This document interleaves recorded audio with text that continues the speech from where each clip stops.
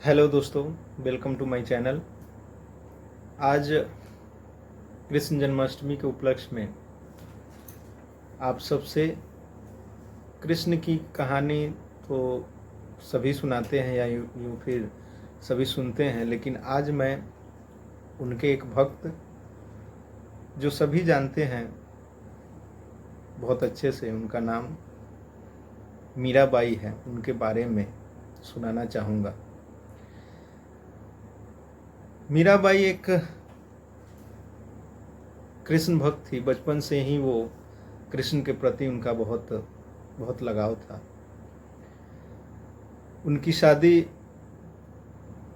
उनके मन के अनुसार नहीं होकर के, या यूँ कहिए कि वो जिनसे शादी हुई उनको तो शारीरिक पति मानती ही थी, लेकिन आत्मिक पति जो है वो श्री कृष्ण को ही मानती थी।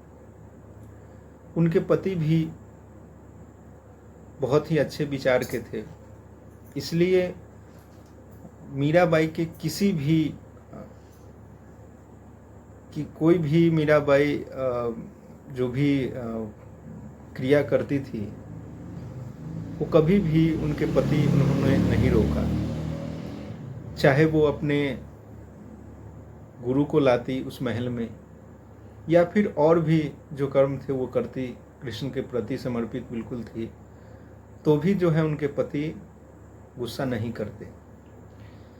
लेकिन जब उनके पति का देहांत हुआ तो उनके जो भतीजे थे, उनके पति के भतीजे, जब वो गद्दी पर बैठते हैं तो उन्हें माता मीराबाई जो गुरु को लाती थी अपने यहाँ, उनका लाना, उनका यह व्यवहार उनके भतीजे को पसंद नहीं आया।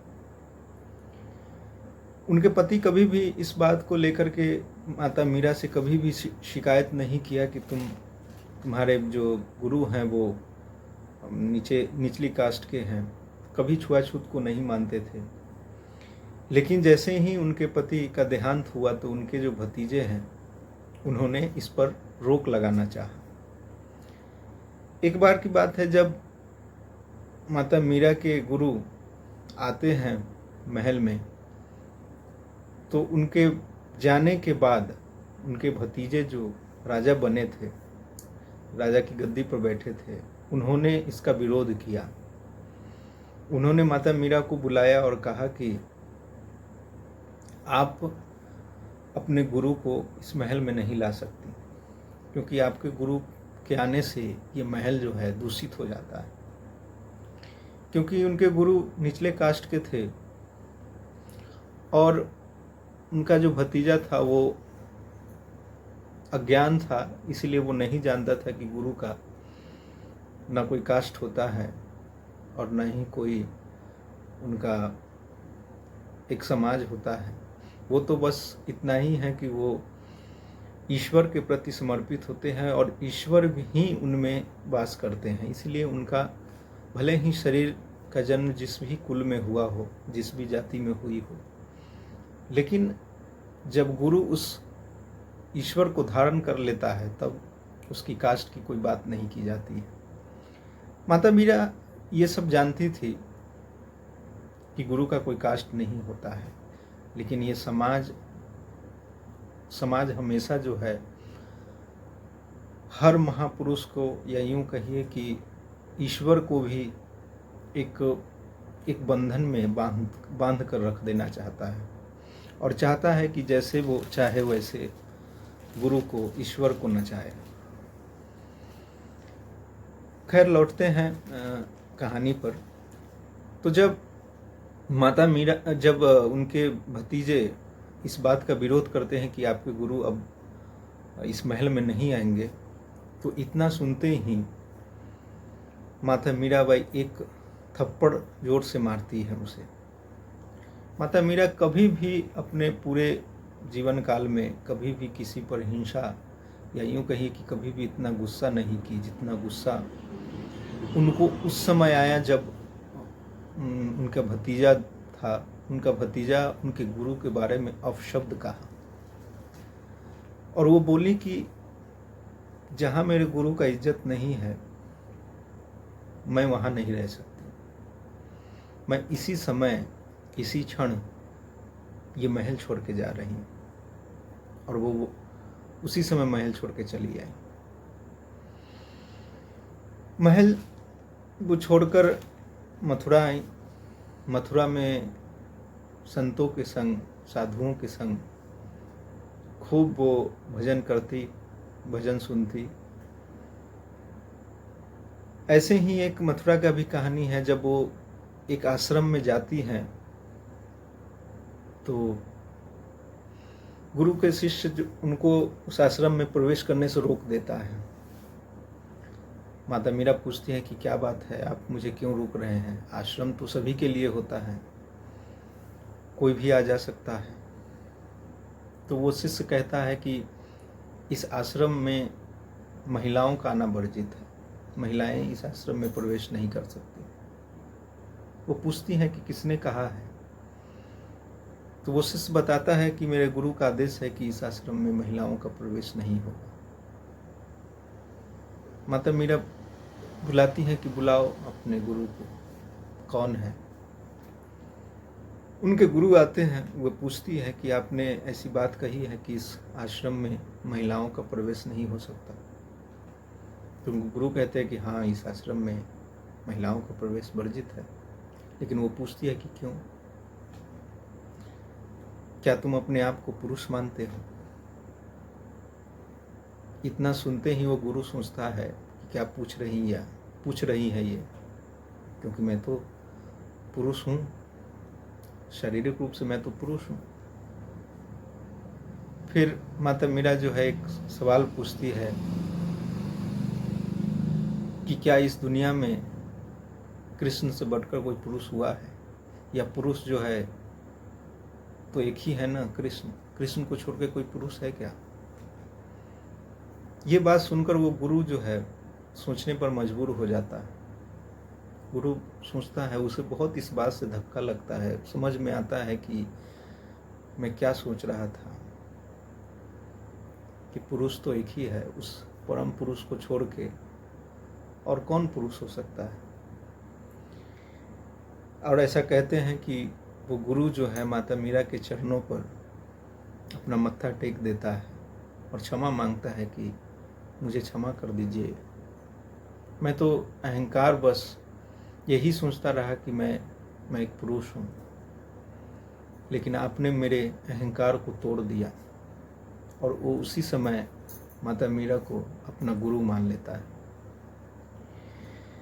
इधर माता मीरा महल से चली आई थी, इसलिए उस महल में लक्ष्मी जो है, धन दौलत जो है, वो खजाना घटने लगा, खजाना का नाश होने लगा।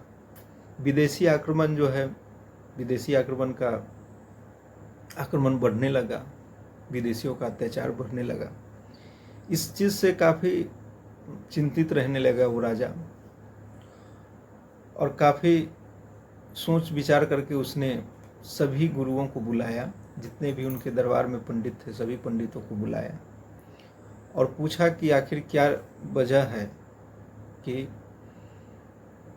धन दौलत जो है, खजाना खाली हो रहा है, विदेशियों का आक्रमण बढ़ रहा है, और इसको कैसे रोका जाए।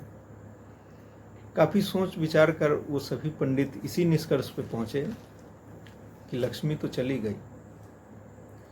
जब लक्ष्मी ही चली गई इस महल से, तो खजाना कैसे भरेगा, विदेशियों का आक्रमण तो होगा ही। तो राजा ने पूछा कि इसका क्या उपाय है। सभी पंडित यही बोले कि इसका तो एक ही उपाय है, लक्ष्मी चली गई है तो लक्ष्मी को लाना होगा। राजा पूछता है कि आप किसकी बात कर रहे हो? तो पंडित लोग कहते हैं कि मीराबाई वही साक्षात लक्ष्मी थी, उसको तुमने अपमान करके इस महल से निकाल दिया, इसीलिए लक्ष्मी जो है नाराज हो गई और धन दौलत खजाना जो है घटने लगा। अगर खजाने को भरना है तो एक ही उपाय है कि उनको वापस लाना पड़ेगा। राजा कहता है कि फिर सोच क्या रहे हो, जाओ वापस लेके आओ उनको। सारे पंडितों का लगभग ऐसा संतों ने कहा है या संतों की कहानी से मैं पढ़ा हूँ कि उनका कहना है संतों का कि लगभग 12 से 15 पंडित जो है वो पालकी लेकर के चले माता मीरा को लाने। उनको पता चला कि मीराबाई जो है वो मथुरा आई हैं सबसे पहले मथुरा गए। वो मथुरा में काफ़ी सभी लोगों से पूछने के बाद उन्हें पता चला कि नहीं, वो तो द्वारका निकल गई, क्योंकि वो कह रही थी कि अब ससुराल जा रही हैं। सभी पंडित पालकी लेकर के द्वारका गए। द्वारका में उन्होंने देखा कि माता मीराबाई नदी के किनारे, वही जो द्वारका नगरी है, समुद्र के किनारे बैठी थी और अपने भजन में मशगूल थी, भजन गा रही थी। पंडित लोग बैठ गए और उनके भजन खत्म होने का इंतजार करने लगे कि भजन खत्म होगा तब इनसे बात किया जाए। जब भजन खत्म हुआ और माता मीरा जो है इन पंडितों को देखी तो वो समझ गई कि ये तो वहीं के पंडित है सभी, और चिंतित भी हुई कि ये क्यों आए हैं। उन्होंने पूछा कि आप लोग यहाँ क्या करने आए हो। तो सारी बातें पंडितों ने सारी बातें माता मीरा को सुनाया कि आपके जाने के बाद खजाना खाली होने लगा, आप जब तक नहीं जाएंगी तब तक खजाना जो है बढ़ेगा नहीं और विदेशी आक्रमण होते रहेगा। माता मीरा बोली कि मैं तो एक बार वहाँ महल से निकल गई, जब एक बार निकल गई तो दोबारा जाने का सवाल ही पैदा नहीं था। पंडित लोग काफ़ी निवेदन करते हैं, काफ़ी आग्रह करते हैं कि नहीं आप चलिए, और अगर आप नहीं चली तो देख लीजिए हम लोग जनेऊधारी ब्राह्मण हैं, इसी समुद्र में जो है अपना सुसाइड कर लेंगे। माता मीरा घबरा जाती है, वो कहती है कि नहीं आप लोगों को ऐसा करने की ज़रूरत नहीं है।